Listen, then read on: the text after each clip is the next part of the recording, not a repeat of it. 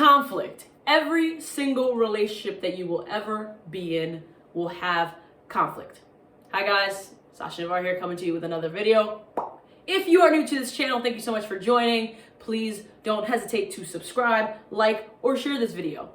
So the topic of this video is conflict in relationships. How to see them, how to view them, how to approach them.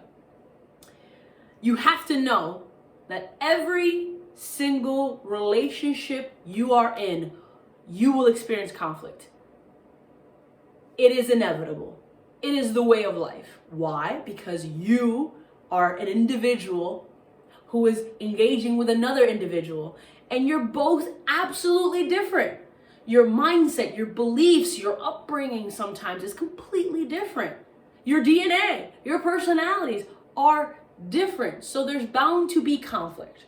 Now, the type of conflict, for how long, the duration, the intensity, that's a different story. Those are nuanced things. And it's relationship dependent. But I was under the impression at one point in my life that no, I can't have conflict in my relationship, because if I have conflict in my relationship, that means it's over, and it can't happen. As you can imagine, that's a very immature and short-sighted way of thinking. Of course, I've grown and matured since then, thank God, but you cannot grow without conflict. And honestly, connection and depth cannot be fostered without conflict. Now, if I have conflict with someone, whether I'm dating them, in my friendships, in the people that I work with, whatever it is, I am like pumped. Weird. I know. It's weird to be excited about conflict, but the reason I am choosing, and it is a choice, to be excited about conflict is because I'm like, wait a minute, you and I get to grow together because of this thing. Now, if you've never heard this, what I'm about to say next, changed my life for the better in the way I communicate, in the way I partner up with people, and how I and the person resolve our conflicts. Here it is. It's not me against you or you against me. It's me and you against that thing. Even if that thing has springed up because of my actions or inactions or verbal sayings and yours as well. It's not like, I have a problem with your inability to communicate.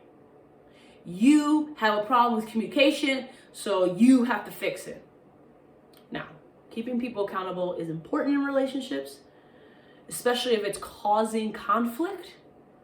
However, I have found that if you approach a conflict with, hey, you and I are having an issue because our communication isn't really good right now. And it is something that we need to work on. And I would like us to work on together. Even though that conflict is coming from one person, choosing to use language like we, us, together, lets both parties know that it's us against that. While also, yes, of course, keeping that person accountable, that is like, yes, you are having some issues, let's just say hypothetically speaking, with communication. It's not like, okay, I'm gonna single you out, you gotta work on your shit. All right, and unfortunately, I've done that to people. Versus being like, how can we approach this? What can we do to fix this? What solutions can we come up with that will help us? What should we start doing? What should we stop doing? Because that's the whole point of being in a relationship with someone. It's we, not you. Now, if it is you, if it is your inefficiency, your inaction, your bad behavior. Let's point it out. I've noticed that you haven't really been great with your communication. How can we fix that? Being clear that where the problem is stemming from, but the solution lies within us tackling that problem together. I find that a lot of people one up their partners, kind of do this power dynamic, which, don't get me wrong, there are power dynamics in relationships and we can get into it another time. But when there's conflict, having one-upping each other or making the other person feel bad or holding way too much accountability, and that is a thing, and leaving the person kind of out in the cold, can foster distance instead of connection. And now this is a lot easier said than done. And there takes a lot of skills, mindset, and just personal foundation to be able to approach conflict. But what I want to make sure to emphasize is that, one, conflict is inevitable. It will always, it's either, what's the saying? You're either going into a problem, in a problem, or coming out of a problem. That's kind of how it goes with conflict in relationships. And here's the thing, it's okay. It's not the end of the world, and it doesn't mean that your relationship is doomed. In fact, I had this saying, tear and repair, right? You're gonna get cuts, you're gonna get burns, things are gonna break and tear, right? But the thing that is most important is how it's addressed.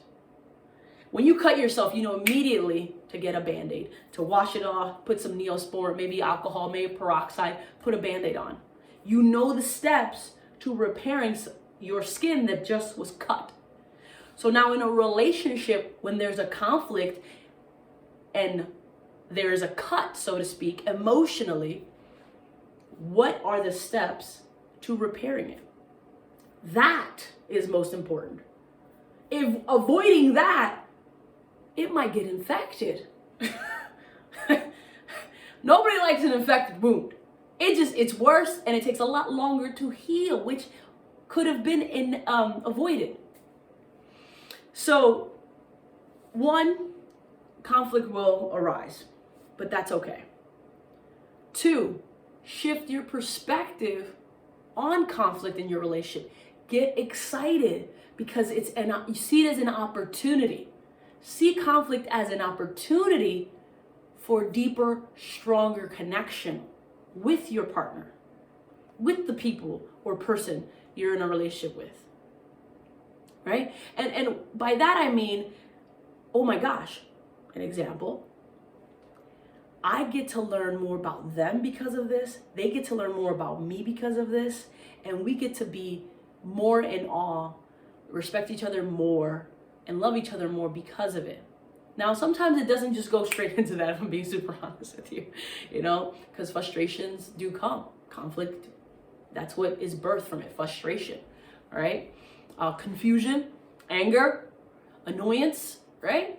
But if you can see those things as opportunities to come together and tackle this problem together and come up with solutions together and lovingly walk this path towards recovery and healing together.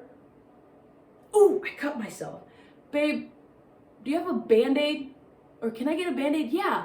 Do you need some alcohol? Yeah, I need some alcohol too. Now you're the one with the cut. But you're asking for the things that you need, and they're reminding you of things that you might need to repair it. Now, I understand that we've been trained on how to repair cuts. But being trained on how to repair conflict is also a thing. First and foremost, I'm going to stop there. I'm going to make other videos about conflict because I think this is really important in relationships. And really break it down simply, step by step, on how to repair after a tear. An emotional, relational tear. An unseen but deeply felt tear. So yes, conflict is inevitable. See them as an opportunity. And 3, know that you can always learn new skills, attain new tools to better repair. You may know about alcohol to disinfect the wound, and you may know about Band-Aids.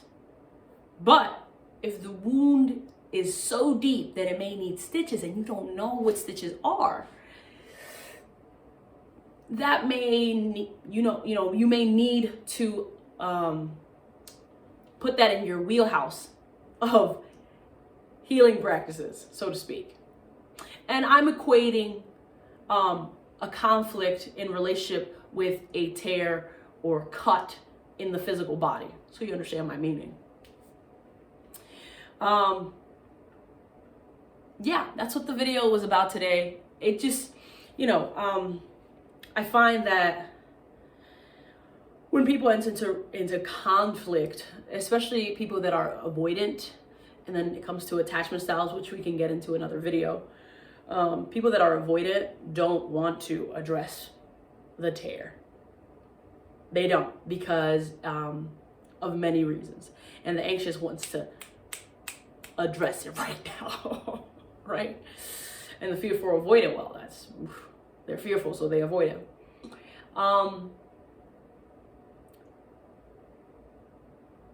The benefits of, and I'll end the video with the benefits and a story. I should have started with the story, but it's fine. The benefits of having these mindsets around conflict, which is knowing that they're inevitable, so not being surprised. Surprise! No, it's like, oh, okay, we're having a conflict right now. Seeing them as an opportunity for depth and connection, continuous, beautiful, loving connection, as well as attain new skills, tools, and mindsets because this conflict that you're dealing with.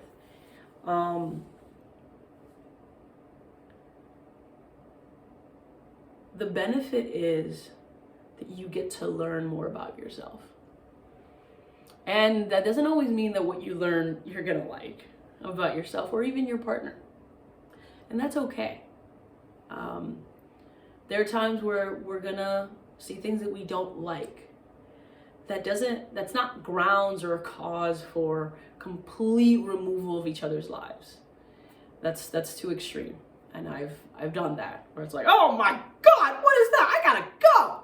It's just like, hold your horses. What does this mean? How can we fix this together? And in a conflict,